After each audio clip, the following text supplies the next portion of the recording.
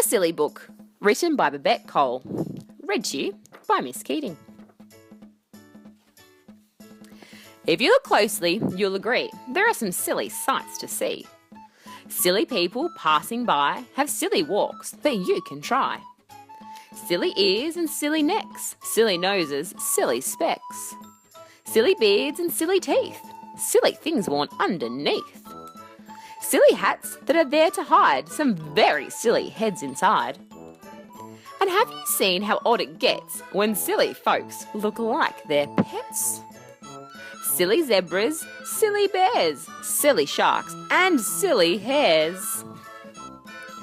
My best friend Silly Ernie Clapp built himself a big mole trap.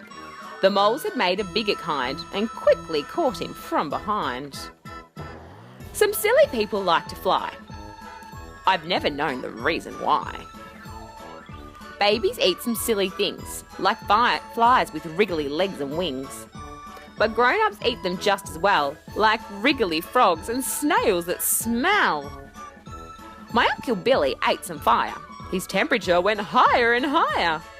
But Auntie got the teapot spout and put poor silly Billy out. His friend, the nabob of Namphilly, had 40 wives and all were silly. They tickled him and not one stopped until the poor old nabob popped.